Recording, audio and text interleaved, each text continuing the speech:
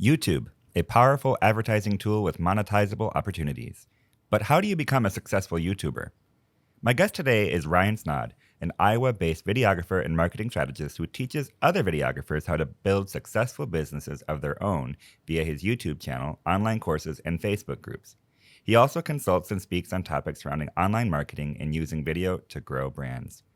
He discovered his interest in video during his sophomore year of college while producing health and fitness content for his YouTube channel. He quickly developed a creative eye for film and started his own video marketing consultancy, Snod Media Group. Today's topic is mastering YouTube. Ryan, welcome to Northgate Cafe. Hey, thanks for having me, guys. I appreciate you having me over here. Yeah, Ryan, I am very excited, passionate about YouTube in general. As you know, I have my own show that I'm trying to blossom and grow, Midnight Food Coma. When I saw that you had already had several years of experience in this category, and we got talking, I think about a month ago or so ago, I was like, this is a topic that is worth sharing on this podcast. I mentioned a little bit in your bio, but tell us a little bit about your journey and what led you to even start a YouTube channel. Absolutely, yeah. So I always kind of start my journey with video. I mean, even back when I was in grade school, I was making funny skit video, comedy videos with my friends. So that's kind of where my whole thing started back when Bebo was around in the MySpace days. Yes. Bebo's like since dead now, but I was trying to find all my old videos, but they're gone now. So I've always been making fun videos with my buddies. And then in college, I started a fitness YouTube channel, which was just to document my health and fitness journey, my workouts, the things I was eating, help other college students navigate the freshman 15, all that stuff. So I dedicated myself to doing a video every week for a year. So I did 52 videos, had about 40 subscribers at the end of that. And I realized that I was just being another person in the slew of YouTube. So fast forward to post-graduation, I continued to shoot videos for fun and then started getting hired out for gigs as freelance stuff. That kind of evolved to shooting commercial videos in the fitness industry since I had an interest there, and I still do today. And then doing more commercial projects now. So my video production business, Snod Media Group, I've been doing that about 7 years now and have had a ton of great opportunities, been able to travel around and shoot with different social influencers, help other people start online courses, commercial projects, stuff like that. So it's really blossomed into this really cool thing. On the back of that, though, which we'll talk about a lot today, was starting a YouTube channel and a bunch of other online businesses as a result of that because of figuring out how to rank videos in search and get a continuous flow of leads into my business. So really excited to talk about all things video, YouTube, and everything today. So you posted a video a week, so 52 videos in 1 year, and had 40 subscribers. What changed? Absolutely great question. So the thing that made me nobody on YouTube at that point was because I was watching all my favorite YouTubers at the time and trying to replicate what they were doing. So I'd see somebody with 1 million followers and I'd say, man, I really love what Steve Cook is doing, or Christian Guzman, which are these fitness vloggers who would document their exploits, and they had businesses and stuff that they would document. I was trying to be them and I wasn't them. So the biggest thing that changed for me was audience centrism and really identifying not who I am, but who am I here to help? And I think that was a big thing. So I took a break from YouTube after probably 3 years or so. And then I came back into it in my professional career and I was like, okay, how do I make this more helpful? And I think a lot of people that are wanting to start a channel, I've found a lot of success in was either A, helping their customers. So if you're a business that serves a certain group of people, making content for them, or B, helping other people like your colleagues, other practitioners. So if you're a graphic designer, making an entire channel around graphic design because you're an expert in it because you do that. So that's what I did is I picked option B, which I made a bunch of content for other videographers and video marketers. And that's really when my channel started to explode because I started making videos specifically, which we'll talk about how my formula was that I built this channel to make it unique. But the thing that made me stand out was I was making business-related content for a creative industry. So a lot of videographers wanted to watch camera review videos, how to edit tutorials, which there's millions of those videos out there. But I made videos on how do you sell? How do you get a portfolio? How do you make an LLC for your business? All these things that no one ever wanted to talk about. So that's really what kind of changed for me was complete audience centrism. And I was like, okay, what would 20-year-old Ryan want to know about this to make it faster and easier for him? And that's what I did. It is every video I'd make is would I watch this if I was 20? Would I care? And that's kind of what started everything. I like that. Would I care? That's a good question, especially, think about when you're 20, you're you care about a few things, but there's some things you're just like, skip. Exactly. That's really good. You mentioned there about creating videos that would be relevant to a certain niche market or following. And I've had this before, and I'm sure many people listening have as well. I have a certain topic I'm curious about. I want to learn something I'm trying to fix or, problem solve. And oftentimes I just want to look it up on YouTube instead of looking it up on Google. And I'll type up stuff, and what I find is a lot of oftentimes irrelevant stuff. Sometimes it is relevant, or sometimes they talk way too long about other things, and I'm ready to move on. What are some of the things that you did to essentially draw in that niche market towards your video and also retain them? Absolutely. Great question. So I'm a big acronym guy. So I actually built an acronym on how I make my videos. So this is an acronym that I use for any educational content. Like you said, the search box, how-to content. Go into the search box. How do I learn how to make a preset in Lightroom? Or how do I learn how to file an LLC for my business? Whatever the search or query is. So the acronym is I am Echo. So it's IAMECO. There's no H. I couldn't come up with an H in there, but the I is for intro. And I always say the intros need to be hot, which is another acronym for hook, outcome, testimonial. So in the first 5 to 10 seconds, you need to hook them with some kind of engaging visual. If it's a boring like slideshow, like people are going to skip. We're very like mosquito-esque creatures anymore with content. If it's not going to grab your attention, you're not going to watch it. So you have to hook them. The other thing is outcome, which I always talk about, is share the outcome. In today's video, we're going to learn how to make $1 million in a year. Okay, well, now I'm kind of interested, that type of thing. And then testimonial is, and here's how I did it, and here's how I've taught 500 other people how to do it. So you're showing proof of that. So even if it's something like today, we're going to learn how to play guitar. We're going to show you how to play Through the Fire and Flames, and then they cut to shredding on it. And then I've also been teaching a bunch of other people the last 10 years in my guitar studio, and we're going to get into it today. So as you can see in that first 5 to 10 seconds, we've already told people what they're going to learn. We've shown them the proof. We've shown them the what to expect towards the end. We're kind of foreshadowing, so to speak. We're giving away the good stuff early on, and it's really hooks people in. That's a really, really important thing, I think. So that's the first chunk. And then we move on to the A, which is ask. So I like to, this is kind of a thing in the industry that people give me crap for, but I like to ask something right away of people. So it's either at the end of this video, we're going to share a free opt-in, or I'd like you to do some low-hanging offer of some kind.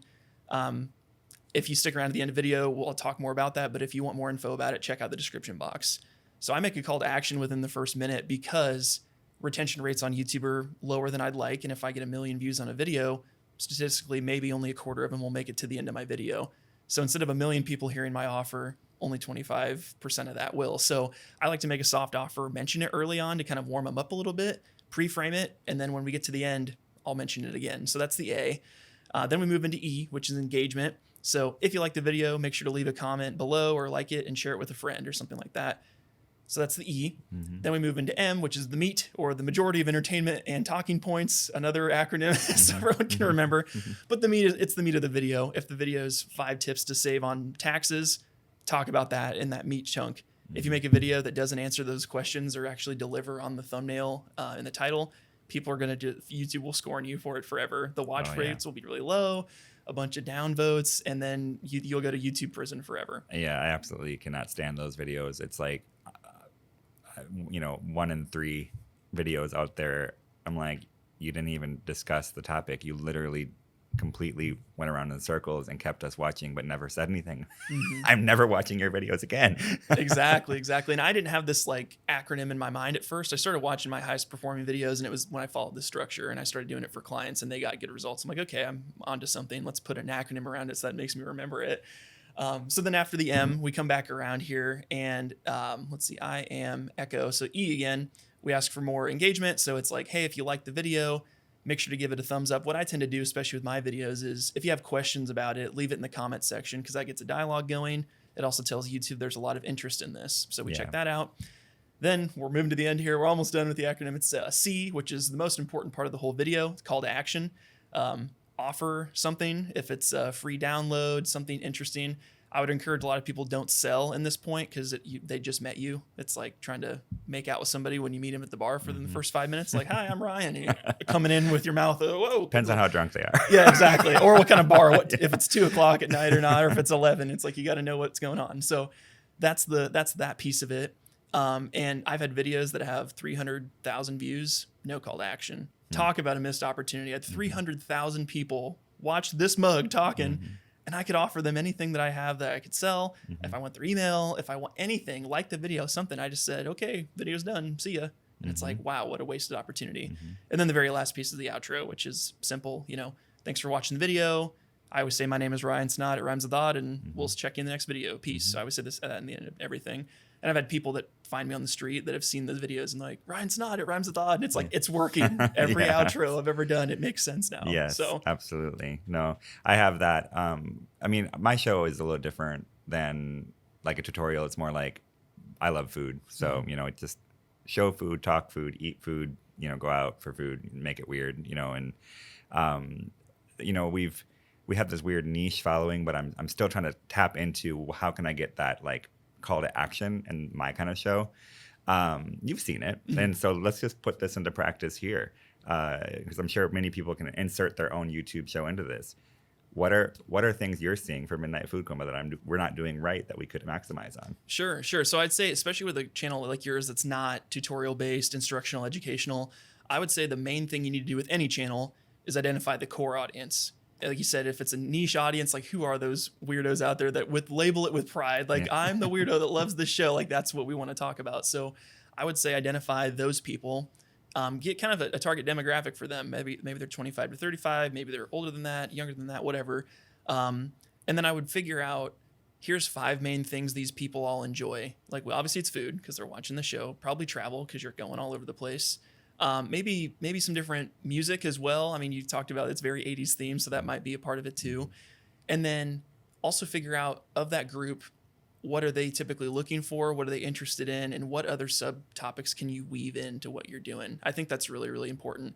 A lot of my videos are about business stuff for videographers, but I share other things as well. I'll talk about transitioning from a full-time job to this or not. Like there's so many things you can do. And then if intuition strikes and hey, this could help somebody, I would say share it. So that would be kind of the first thing, is like clarifying your audience, knowing what they want, and then going from there. Aside from that, it's definitely, especially in your space, it's a YouTube and title, or a thumbnail and a title game for sure. So how do I hook somebody's attention and grab them? So let's talk title real quick. Okay. I know that what some people may not realize is that the title is everything from an SEO standpoint, because YouTube is directly linked up with Google. What are some keys that you've learned from the title standpoint? Oh, sure. Yeah. Title's everything. So what I did with a lot of why I had success on YouTube is I would keyword research and find titles that people were searching for. 5 ways to grow a business, tips for tax season, stuff like that, like all these things. And I would make a list, and then those would be my topics I'd make. So the title, I would say find a keyword that you want to focus on. So for me, let's say it's how to make $1 million in a year, which we used in that example before. That would be your first title, or you're in your title. And then somewhere in the description box, you want to lace it. I mean, it's just like Google SEO. I mean, because it's owned by Google. So in the description, it said, hey, we're going to talk about how to make $1 million in a year. You go to your tags, $1 million in a year, $1 million in a year, the title, the thumbnail, $1 million in a year. In the video, in the first 5 seconds, say, today we're going to teach you how to make $1 million in a year, because they transcode all of your stuff and the captions go in there. So it tells Google in 5 different ways, this video is about how to make $1 million in a year. So if anyone searches that, they can find it. If you're not going for search-based, it's all about shock factor, jaw-dropping. I have to watch this type stuff. You look at some of the best people in the business, Mr. Beast, Logan Paul, some of these guys that just thrive on just grabbing people's attention. That's really what it is. It's like this jaw-dropping type thing, like how to juggle 5 running chainsaws at once while walking over. It's like, I have to watch this video. It's like those types of things. So I would say in your case, how do you find one little narrative in your video that would appeal to a bigger mass audience than just your people? You know, 100%. I think that's a big piece of it. Thumbnails are also important. It's interesting to me how many videos on YouTube I see the thumbnail and I'm like, whoa, that's interesting. And you click on it, and actually nothing on the thumbnail is actually in that video, but they knew how to get you to click on the What are some key things you've seen that work consistently from a thumbnail standpoint? Sure. I would say, like statistically for me, anything with a face in it gets the click way more than a landscape. Say you're doing it's a travel vlog. You're going to Greece. I went to Greece for my honeymoon. We didn't do a travel vlog, but it's like maybe it's a really nice picture of the Santorini beach. You get the white, everything. People won't click it. Now you put a person in there and they're smiling or their mouth's open, like 10 things I didn't know about Santorini, and I'm like, my mouth's open for whatever reason, statistically faces and having your mouth open, which sounds really like sexual and weird, but it's true. It's like the shock factor. It's like because I've had my best performing ones. I could show you my channel. I'm all like looking at us. It's like 5 ways to do blah, blah, blah. And I'm like shocked about it. That always grabs attention for, at least for me. I've seen statistically that way. Yeah. It was interesting. One of the, when I posted some of my videos on my personal Facebook pages and such, people would click on some of them and, whatever. But there was one I have where I'm like, literally like my face is there and my chin's down. I have like a triple chin under, and I'm like reacting to this can of, and I got more engagement for that short video, organically speaking, within my own circle than any of the other ones because it didn't feel rehearsed. And super polished. Absolutely.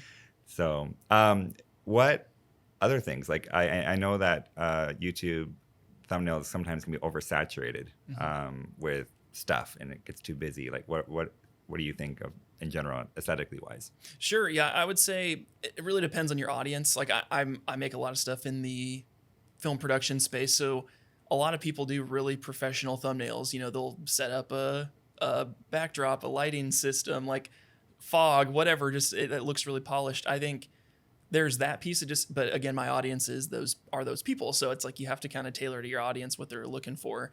I think, especially if you have like video production skills, I think that is a huge thing. So there's a guy down in Texas that he's a really interesting channel. His name's Joe Knows Best. So if you look him up on YouTube, great channel to look at as a case study. His whole channel is about cars. So like he owns a software development company, so he has a high income and he spends a lot of it on cars. He's a single guy, like that's all he does is just like invest in cars and flip them and whatnot and fix them up. But he also is very, very skilled with the camera, so he'll make these really awesome, engaging, high energy B-roll edits where it's like, the car's flying down the road and there's drone shots and all this crazy stuff. And there's all these car guys that watch the car stuff's huge on YouTube, but it's all like 50-year-old men in their garage with a GoPro. Where this guy's making, like, that's his it factor is he knows it's cars, it's technology, and it's high production value. That's what makes his channel so interesting. And he only puts a video out like once a month. People are just craving for it, but he's so busy with other stuff. Mm-hmm. So I think that's the it factor is like if you can find 1 to 2, maybe even 3 things that when you mix them all together, you're the good stuff. I mean, it's the same thing with like a band, right? All these new bands that come out, it's like, oh, they're mixing country and hip hop and pop, and that's why it sounds unique. Or it's a country rapper and it's like, well, we've never heard that before. So it gets people's attention, right? So it's like mixing the best of different things and making it all your own. I think that's really what makes a channel stand out, especially from just the retention standpoint, right? It's like, okay, I've watched the first video, but would you ever watch another one from him? It's like, oh yeah. It's like, if he keeps bringing the content heat, like this is great. Like I was really entertained. Like I want to watch more and more of these. So I think that's a really big piece too. Yeah. What was, you've had successful, engagement on videos, and then maybe there was a couple where it's like, not as much. What were some things you learned that you needed to do differently? Sure. I think the first thing is finding your sweet spot for length of video. People ask me all the time, Ryan, how long should my videos be? Like as long as they need to be. I've watched videos that are an hour long. I've watched videos that are 2 minutes long. It just depends on how engaging it is. I've done some where it's like one of my clients, I did a documentary of their bodybuilding transformation, and we went to their show and they won the entire show and turned pro. So that was like, we didn't know that was going to happen. So like when that happened, it was like a 30-minute video. People watched the whole thing because I was up with the guy at 4 a.m. when he's doing weigh-in, spray tan. He's eating like all this food in the day, and then they're like sucking water down. Like he looks like a dried up raisin. He's really tired. It's like people want to know all the itty bitty details because they know he won already, but they want to see how. So it's like I could have made a really cool 2-minute review video, which I did for Instagram and for social media, but people want to see that whole length thing. It just depends on the type of video. So I would say for me, my stuff with like edutainment, like I say. It's like educational, but it's entertaining. Mm-hmm. 8 to 10 minutes is where I try to hang out. Now, on the other side, YouTube now has mid-roll ads for anything over 10 minutes, so you make significantly more money on advertising if you have longer than 10 minutes. So typically, if I go over on 10, I'm not too upset because I can run mid-roll ads, but I just want to make sure it's really engaging and really helpful. I think that's the big thing, is like cut all the fluff out, breaths in between conversations, boring stuff, like throw in some humor so people stay engaged.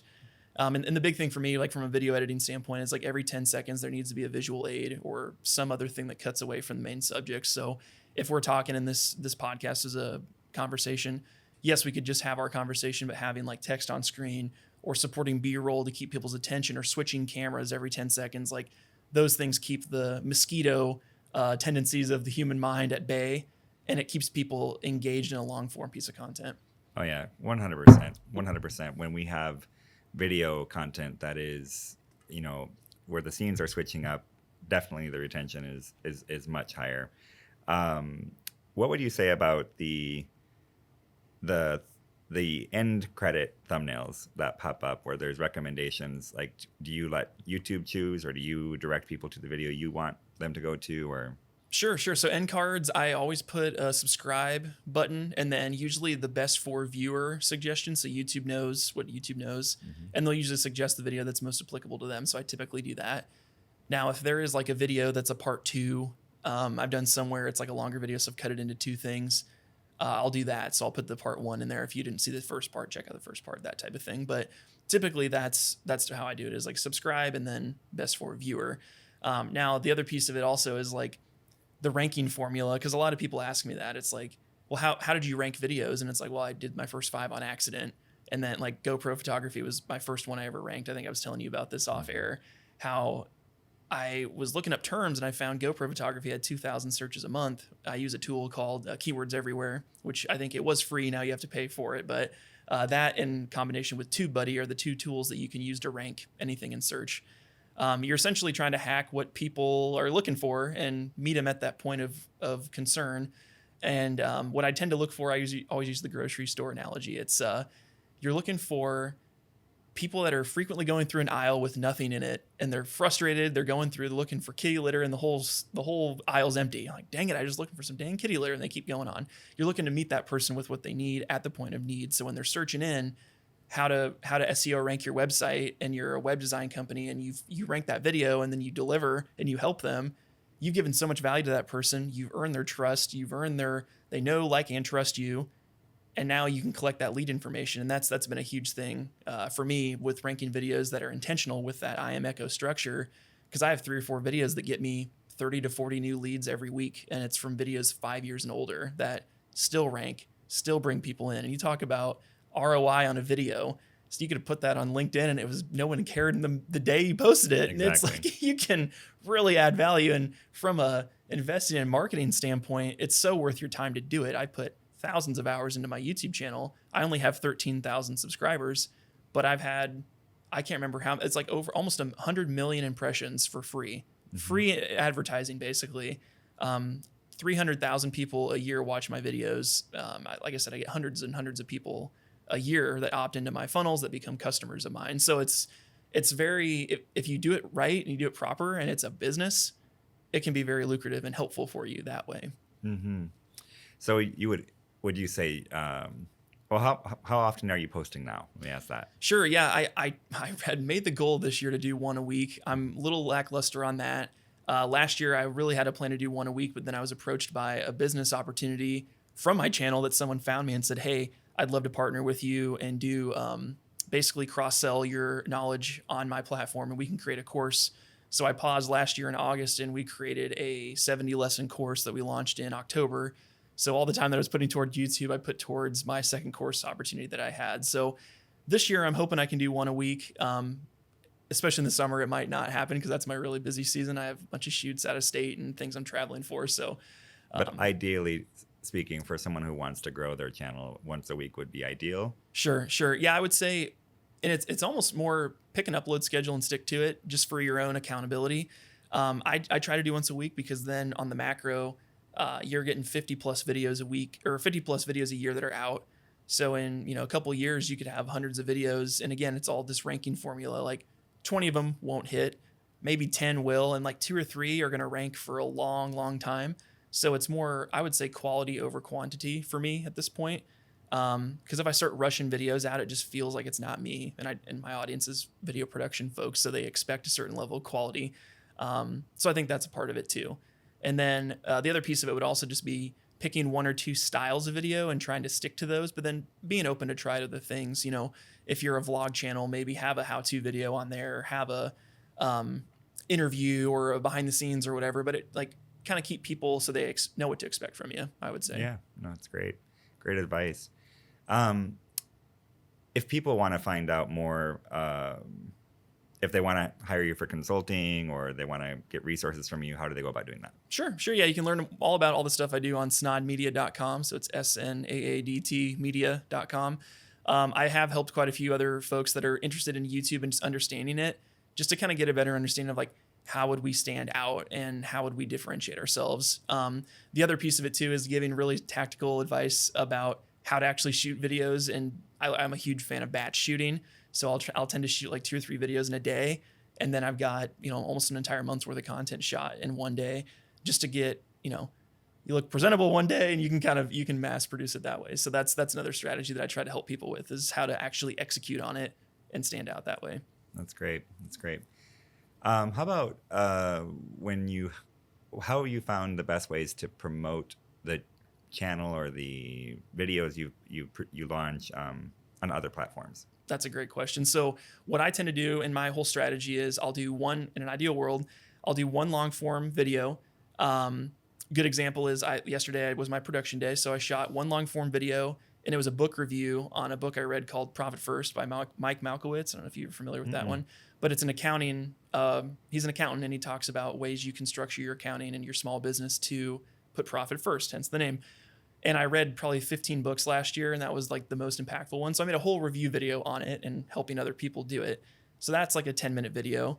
I made a quick little, and then what I did was flip my camera sideways, did a couple different other like TikTok vertical style videos, 5 minutes each, did 3 or 4 of those.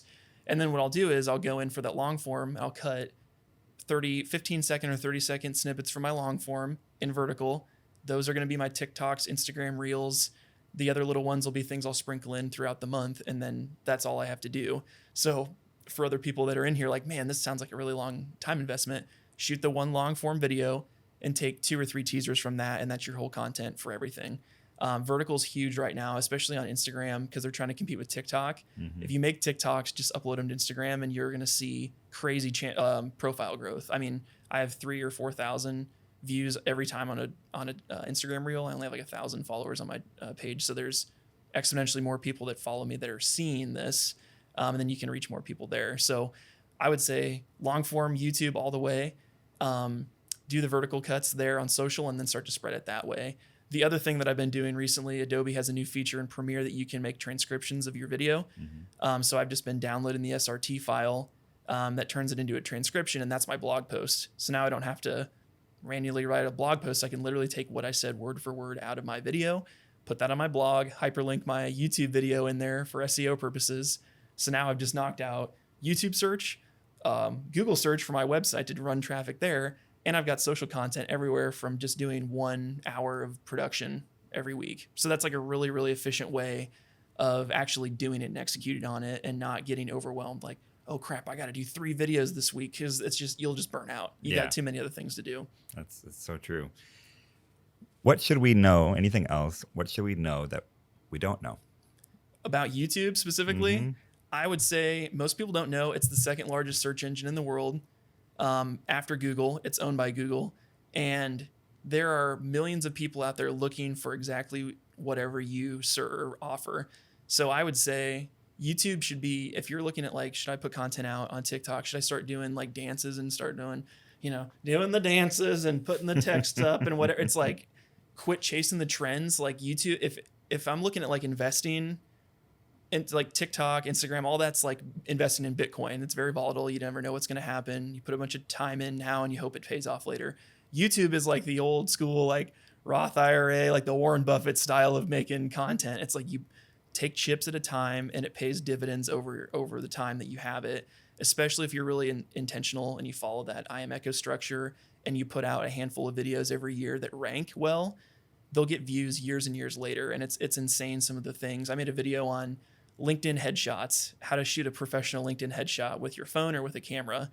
And that video maybe got 10,000 views in the first year, which I was like, awesome, that's really cool. Now it has 125,000 because it just keeps growing up and up and up and up.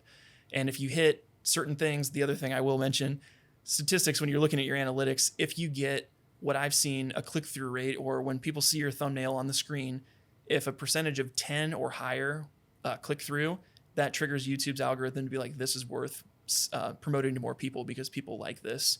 So if you're looking at your analytics, you're like, I don't know why people aren't clicking my video. You might have a crappy thumbnail or title. You might be bad at making videos. Those are bigger problems. But the other piece is also you might not your click-through rate may not be over 10, because all my videos that are getting hundreds of thousands of views a year have 12, 15, 20% click-through rate because the thumbnail and the title got my audience's attention and they clicked.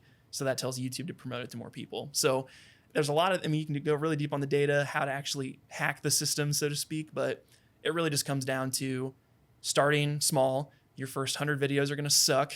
My first 52 sucked. I only had 40 subscribers to embarrass myself in front of, which is actually a blessing. Not, if I had 13,000 that I had now, I would have been really crapping my pants. Like, oh man, this edit's not very good or whatever. So there's a process there. For the business owner that's busy, that knows they need to be on it, I would definitely say like hire an intern or one of your media team internally and prioritize YouTube as the main. Like I said, shoot that long form once a week. You could even do more of those if you want, batch shoot them.